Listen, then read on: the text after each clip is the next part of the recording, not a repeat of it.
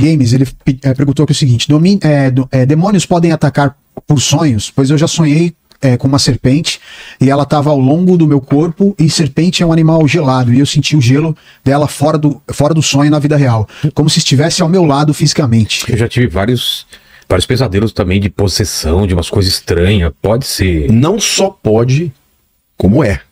Você acorda falando, meu Deus. Porque quando você está acordado, você nas suas ondas cerebrais, teta, né? É teta ou é beta? Uma das duas. Tá. Você está completamente pronto para questionar. Então, nesse nível, ele te tenta, tipo, ó, faça isso, faça aquilo, mas você tem condições de reagir, de rejeitar. Mas quando você está no sono profundo, você está com suas guardas completamente baixadas. Ele não só tem acesso no consciente, mas no subconsciente. Então ele usa o material dos seus medos, dos seus temores, para vir afrontar. Por isso que a Bíblia diz para a gente orar para que Deus nos guarde dos nossos sonhos. Eu penso, Senhor, guarda a minha mente nos sonhos. Agora, às vezes, Deus dá para uma pessoa um dom de interpretação de sonhos. Uma pessoa que tem esse dom, ela vai sonhar muito. E vai sonhar sonhos bons, mas vai sonhar muito pesadelo também.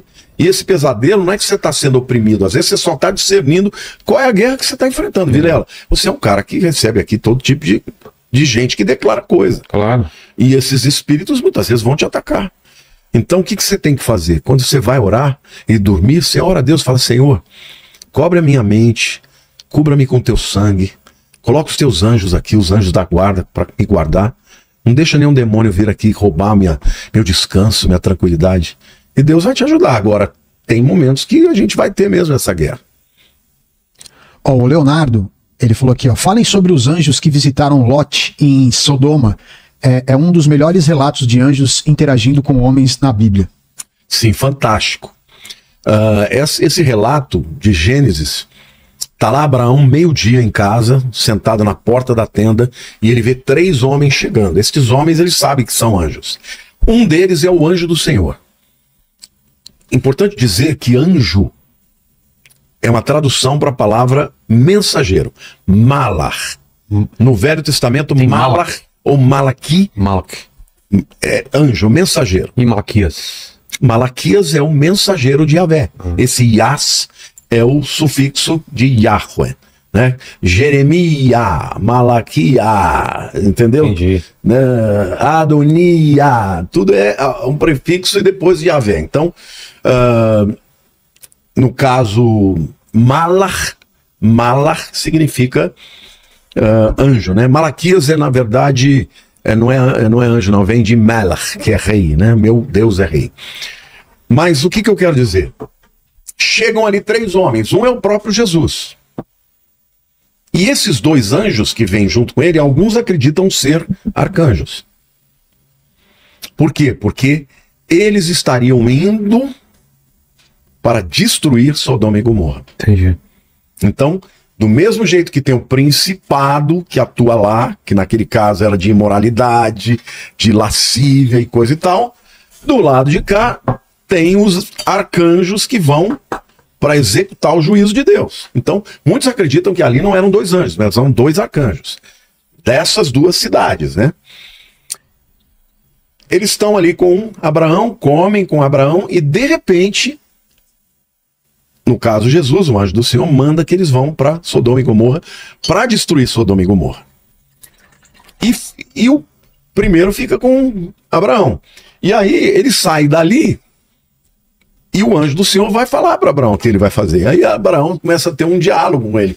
Mas se tiver 50 justos, o Senhor vai matar mesmo assim? Não, se tiver 50 eu não mato. Ah, mas se tiver 40, não, eu não mato. Ele foi baixando, até que chegou uma hora, ele falou: tá bom, Senhor, faz o que tem que ser feito.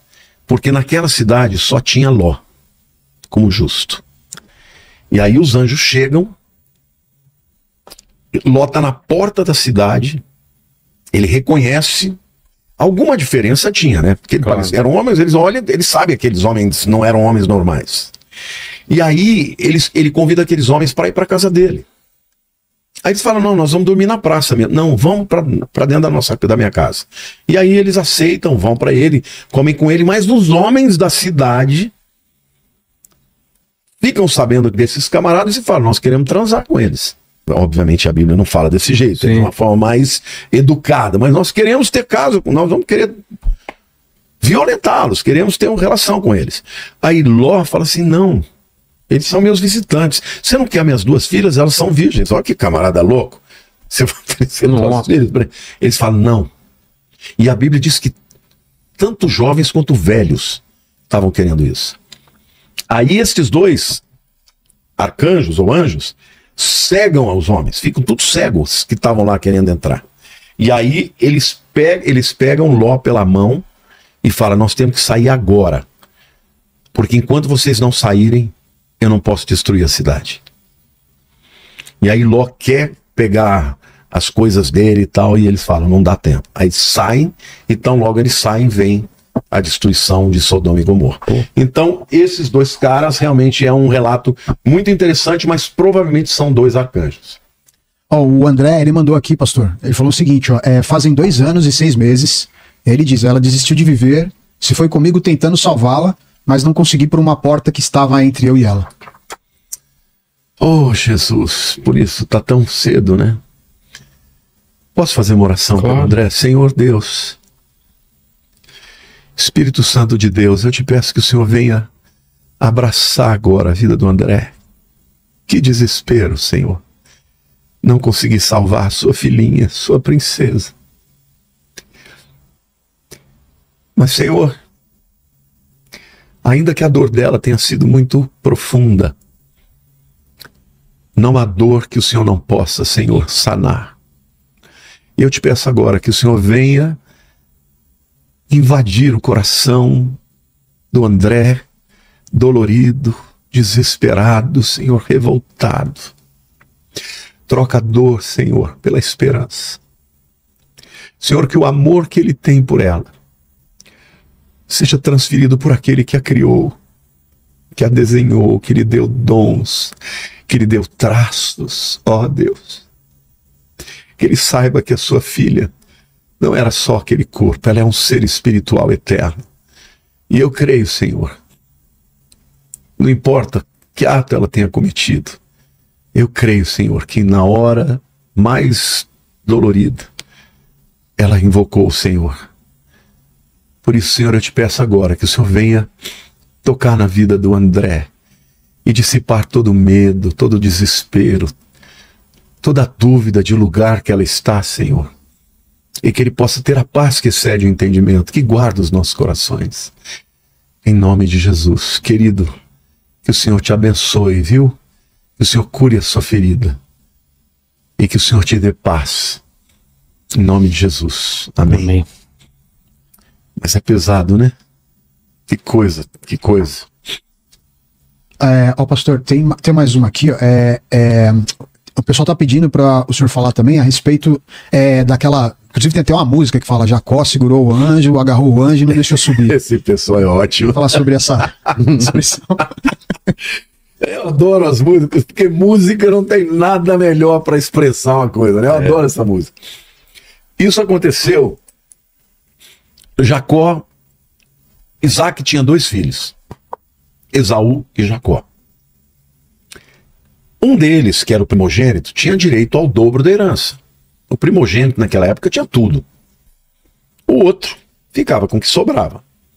Inclusive tinha a bênção da primogenitura. E Jacó cresceu dizendo, por que ele não eu? E eles eram gêmeos, só que um nasceu primeiro que o outro. É interessante porque a palavra Jacó, né, no hebraico, Yad Kov, Akov, Akev no hebraico é calcanhar, Yad é mão. Ele estava com a mão no calcanhar do irmãozinho dele antes de nascer, querendo puxar ele para ele nascer antes. Desde o ventre ele já lutava, a Bíblia diz. Bom, ele cresceu com aquela vontade de ser o primogênito. 2 vezes ele tentou comprar a primogenitura.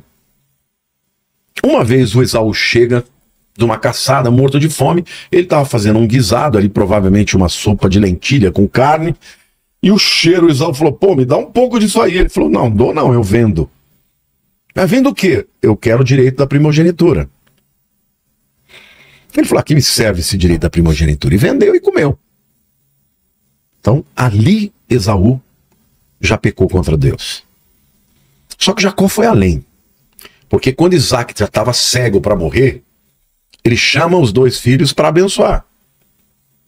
A mãe de Jacó, a mulher de Isaac, chamada Rebeca, ela discernia que o que Deus queria abençoar era Jacó. Então o que ela fez? Pegou a roupa do Esaú, botou no Jacó, porque ele era peludo, Esaú, Jacó era liso. Quando ele chegou lá, Esaú, meu filho. O Jacó falou, sim, pai. Pai, mas parece a voz do Jacó. Não, sou eu, pai. Sou Esaú. Ele falou, deixa eu passar a mão, porque o Esaú é peludo. Aí passou a mão, estava o pelinho. Enganação geral. Sentiu o cheiro do filho. Falou, esse é o cheiro do meu filho Esaú, cheiro de boi selvagem. E deu a benção. Jacó foi embora. Chega Esaú. Pai, me abençoa. Uai, eu acabei de te abençoar. Não, pai, não era eu. Ué, mas eu orei. Era o Jacó. Esaú ficou possesso para matar Jacó. Jacó foi embora, fugiu, teve que fugir dali para não ser morto. E foi para Harã, lá na Mesopotâmia, terra dos parentes da mãe dele. Labão, que era irmão de Rebeca. Chegou lá, ele ficou 20 anos. Lá ele casou, foi enganado, o enganador foi enganado. Ele quis casar com Raquel. O Labão falou assim, ó, tem que trabalhar 7 anos para mim. Ele falou, tá bom, eu trabalho. Só que no dia da lua de mel, completou lá o que tinha que fazer, chegou de manhã e falou, uai, você é Lia? Eu queria casar com Raquel. Aí o Labão falou, não, mas aqui é a tradição, você quer casar com a mais nova, tem que casar com a mais velha. Aí ele teve que trabalhar mais 7 anos para ter a segunda. Aí, antes dos 7 anos, ele já teve a Raquel, mas trabalhou 14 anos pro sogro. Quando ele trabalhou os 14 anos, ele queria voltar, o sogro falou, não, agora trabalha para você ganhar dinheiro para você. Aí ele trabalhou mais 7 anos. No fim desses 20 anos, ele falou, bom, eu tenho que voltar para minha terra. Hoje vamos testar o colchão eleito o melhor no teste realizado pela Proteste Brasil. E quando ele está vindo para a terra, ele não sabe como é que vai estar o irmão dele, Esaú. Ele já havia se convertido, havia sido um homem muito mais maleável, sabe, tinha reconhecido os seus erros, e ele deixa toda a multidão dos filhos, dos servos e tudo, e ele vai para o vale de Jaboque orar, porque no dia seguinte ele ia encontrar Esaú. E ele está morrendo de medo. E aí aparece o anjo do Senhor, que é Cristo, sempre Cristo. E aí ele começa a pedir a esse anjo que o abençoe. E ele lutou com o anjo do Senhor a noite inteira. E quando começou a amanhecer, o anjo falava assim, eu preciso ir, me deixe ir. Já está amanhecendo. Ele fala, não vai. Não vai. Se não me abençoar, não vai. E lutou. E óbvio que o Senhor podia destruí-lo com um estalar de dedos. Mas Deus falou assim, eu quero ver o quanto você quer a minha bênção. Você percebe a diferença de Esaú e Jacó? É. Um tinha tudo e desprezou. Jacó lutou pela bênção a vida inteira. E detalhe, todo o direito de primogenitura que ele tinha, o direito da herança, ele largou tudo para trás. Todo o gado que seria dele por primogenitura ficou para Esaú. Mas ele queria não só o gado, ele queria a bênção de Deus. E nessa hora, o Senhor lutou com ele a noite inteira. E quando Deus falou, eu preciso ir, não vou deixar que saia daqui, se não me abençoar. Aí o Senhor tocou nele e ele ficou manco. Ficou como um sinal. E Deus falou assim, você não vai me chamar Jacó, que significa usurpador. Você vai se chamar Israel, que significa lutou com Deus e venceu. Poxa, Deus se deixou vencer por um homem pecador que o amava e queria a sua bênção. Por isso ele se tornou o pai de Israel. Agora a Bíblia diz no livro de Romanos que Deus amou a Jacó e se aborreceu de Esaú. Antes deles nascerem, Deus já conhecia o caráter e a índole dos dois.